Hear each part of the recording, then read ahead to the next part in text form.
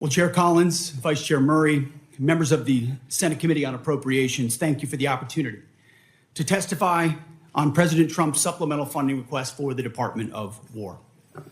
As you know, we live in a dangerous world that requires bold and swift action. Hence, this supplemental request for fiscal year 2026. This request is an urgent, necessary injection of resources to address the immediate needs of our department. The supplemental funding request is not a substitute. The military requires a generational investment to deliver on peace through strength. We know the best way to create peace is to prepare for war, to deter it. And that's exactly what the Department of War is doing, building a force so capable that it would be absurd for anyone to challenge it.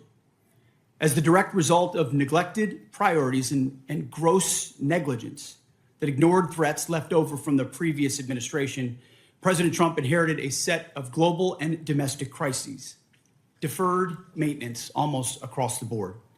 Instead of steering the ship through gathering storms, former leaders let our military languish through social experiments and globalist appeasement, sheer weakness.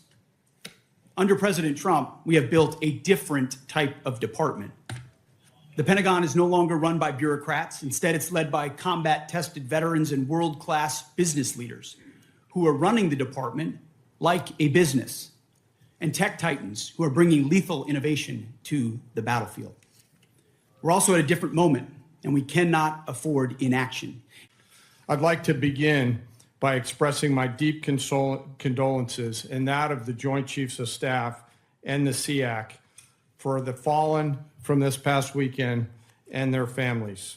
Today, we remember First Lieutenant Tyler Feehan, Sergeant Michael Swinton, and Private Isabel Gonzalez, and note that the names of our last fallen will be released when we can.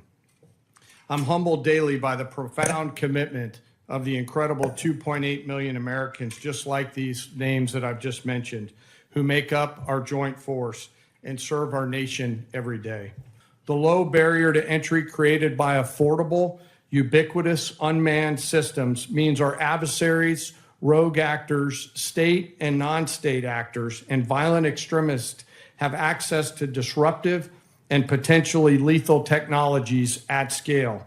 We've seen this in Ukraine, and we must adopt elements of this fight for our future fights. Conflict is never confined neatly to the land, sea, or air domains.